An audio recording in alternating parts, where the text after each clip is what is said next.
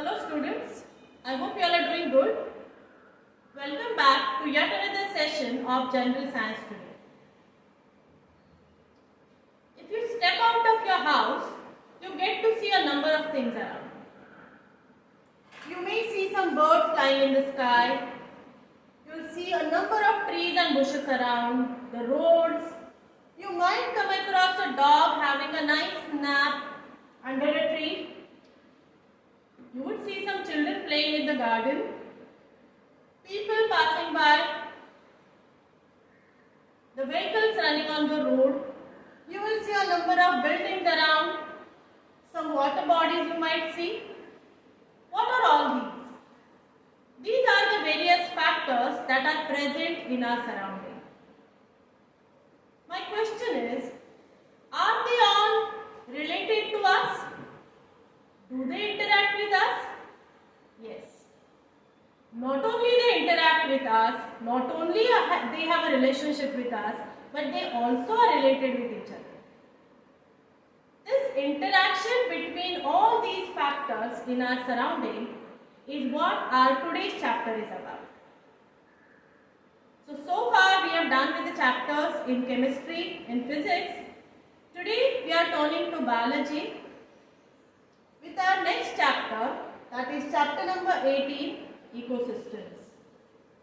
So let us see what all wonderful things we have in our ecosystem. So let's get started. As I just mentioned, there are a number of factors in our surrounding. Some of these factors are living, like there are animals, plants, microorganisms, human beings. There are some non-living factors like the soil, water, sunlight, air, temperature, to name a few.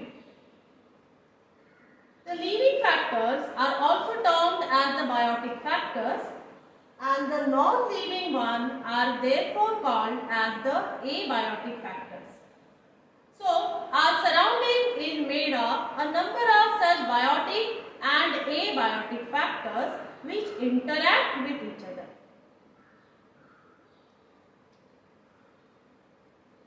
They are interdependent. For instance, sunlight is what helps the plants to grow, make their food, and then the other animals depend upon them. Soil has nutrients which help the plants to grow, but the soil has to get it back as well. So, there is a reciprocal relationship. There is always some give and take. There is a term used for this give and take relationship, this reciprocated relationship, and that is ecosystem. So, what is ecosystem? The structure formed due to the reciprocal relationships between the living and the non-living factors is called an ecosystem. So, there is a reciprocal relationship. That means if one is helped by other, the other object or that other factor also gets help from somebody. So, there is this relationship that exists between the living or the biotic factors and the non-living or the abiotic factors. So, that is what has this term ecosystem. Let us learn more about it. Let us come and study the components of ecosystem. What all the ecosystem is made of. We can categorize ecosystem, as we had just seen a few minutes back, into abiotic and biotic factors. So, factors in the surrounding can be categorized into two categories, abiotic factors and the biotic factors. Let us classify these abiotic factors further. Abiotic factors can be further classified into two types. So, they can be of two types, physical factors and chemical factors. What all the physical factors are? molecules of the water, soil, minerals, sunlight, all these are the factors which are called as the physical factors of the ecosystem. Coming to the chemical factors. Chemical factors can further be divided into two more types. They can be inorganic and organic. So thus, the abiotic chemical factors are of two types, the inorganic and the organic. What are inorganic factors?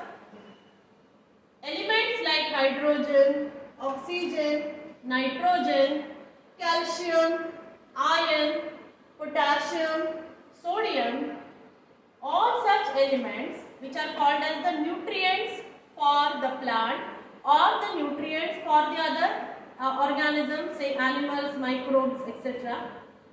All these are called as the inorganic chemical factors. These inorganic chemical factors get converted into the organic ones. Organic, these are the ones which are present inside the body of the organism, which are made inside the body of the organism. For instance, proteins, carbohydrates, lipids, that is the fats. So, the organic factors are categorized into proteins, carbohydrates and fats or lipids. Coming to the biotic factors. Biotic factors based on their mode of nutrition are categorized into three types: producers, consumers and decomposers. Producers are also called as autotrophs. Why are they termed as autotrophs? Auto is self. Trophic is those which consume or those which makes or those which have the nutrients or nutrition in that manner. So those which can make their own nutrition, those which can make their own food are therefore called autotrophs. Producers are the autotrophs. Plants or green plants falls under this category. So there are plants, trees, herbs, shrubs, grasses, everything falls under this category. Consumers. Consumers are the heterotrophs. Consumers as well as decomposers are the heterotrophs. Heterotrophs are the ones which cannot make their own food. Rather, they obtain their food from some other organism, especially the producers. So, directly or indirectly they obtain their food from the producers. And hence, they are called heterotrophs. Let us further categorize consumers.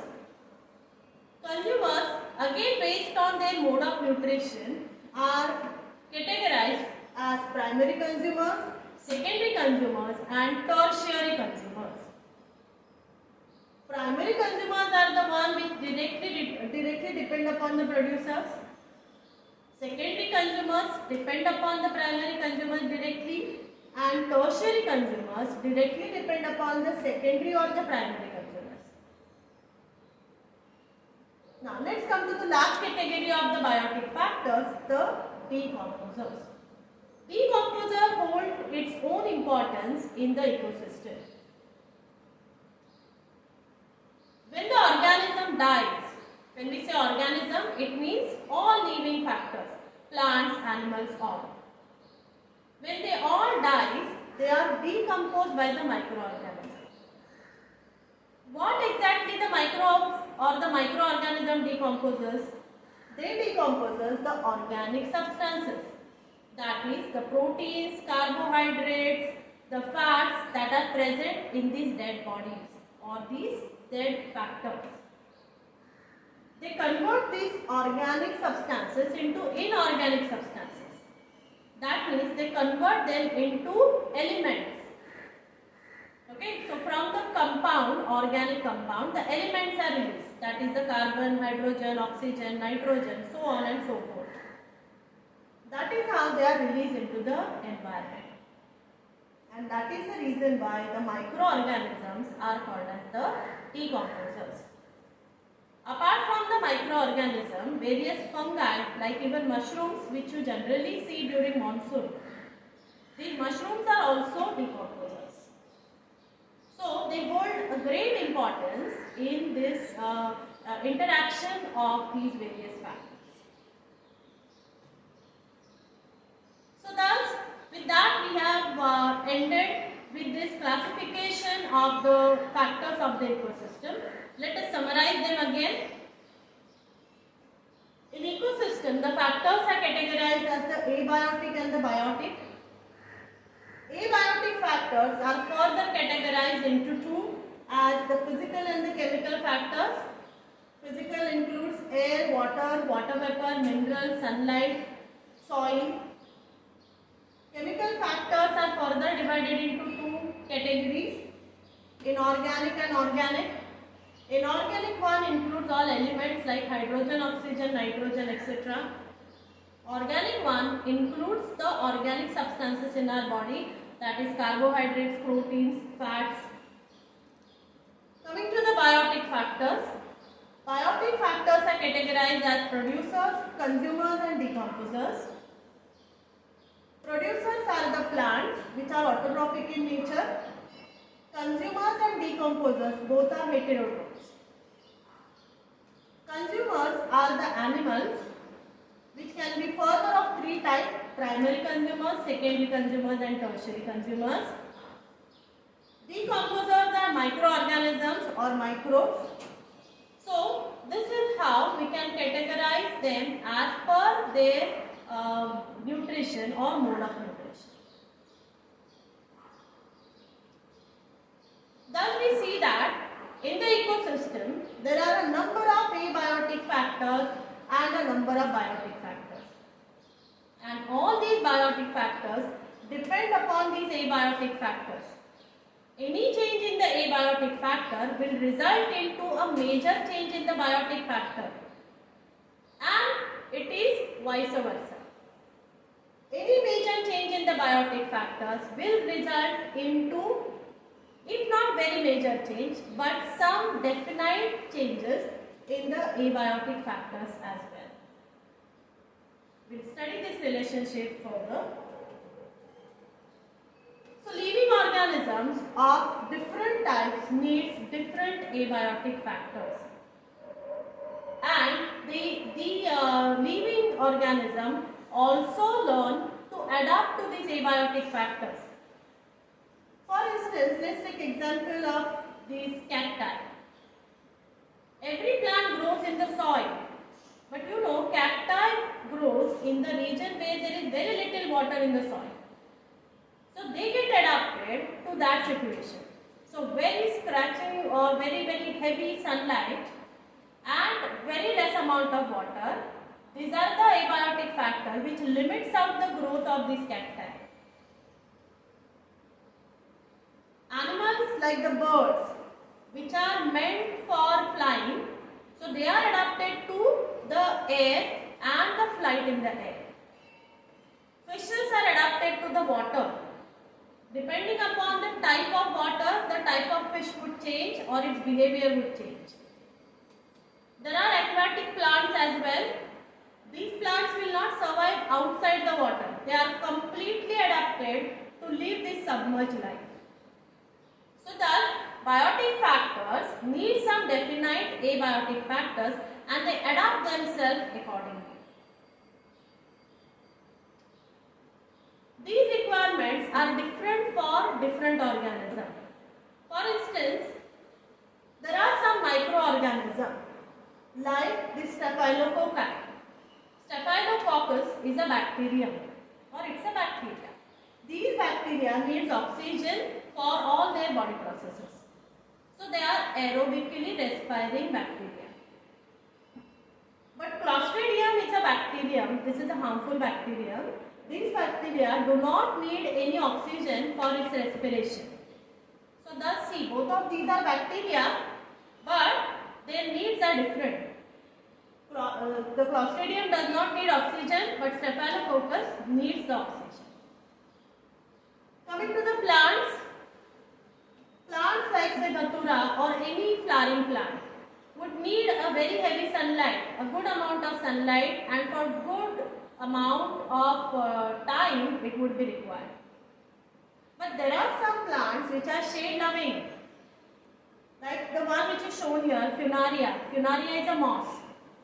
This plant is a shade loving plant. It grows in the shades. This is called as an amphibian of the plant kingdom. So like the amphibian organism, they can live on land as well as in the water. So see the adaptability they have. So depending upon what abiotic factor is available to them, accordingly they have changed their own pattern of living.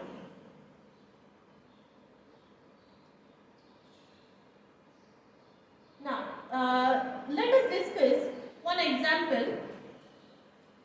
This is a tree here. Does this tree play an important role in the ecosystem? Yes, it is. It is a part of the ecosystem, but it itself can call its own ecosystem, or it itself can have its own ecosystem. Let us try to understand how. What does the tree take from the surrounding? What does it take from the ecosystem? For its own growth and development, it takes sunlight, water, it stands in the soil, so it makes use of the nutrients from the soil. These are all the things it takes from the surrounding, takes from the ecosystem. Does it give anything in return? Definitely. Look at the branches and the leaves.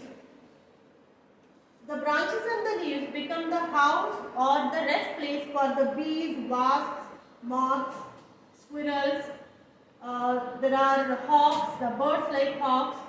So all these organisms can rest over there. They can stay, they can build up the nests. In the trunk, you find various insects, right from the ants to the larvae of the various insects. Okay, that is the tiny worm-like thing. Okay, like caterpillars. At the root level or the surrounding soil, you will see a number of bacteria, earthworms, various fungi grows. So thus, it plays its role by just not taking the things from the ecosystem, but by giving something in return as well.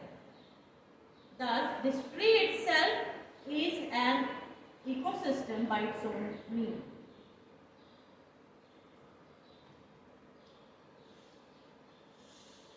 This position of any living organism in context to the other living organisms and the role it is playing is called as a niche. The spelling N-I-C-H-E. It is pronounced as niche. So thus, a tree is an ecosystem. A tree has its own niche. So it is the position of that living organism, that is the tree, in context to the other living organism, who all get benefited with that tree.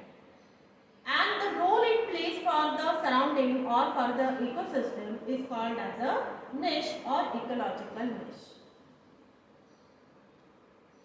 Let's furthermore understand this relationship between the different factors of the ecosystem.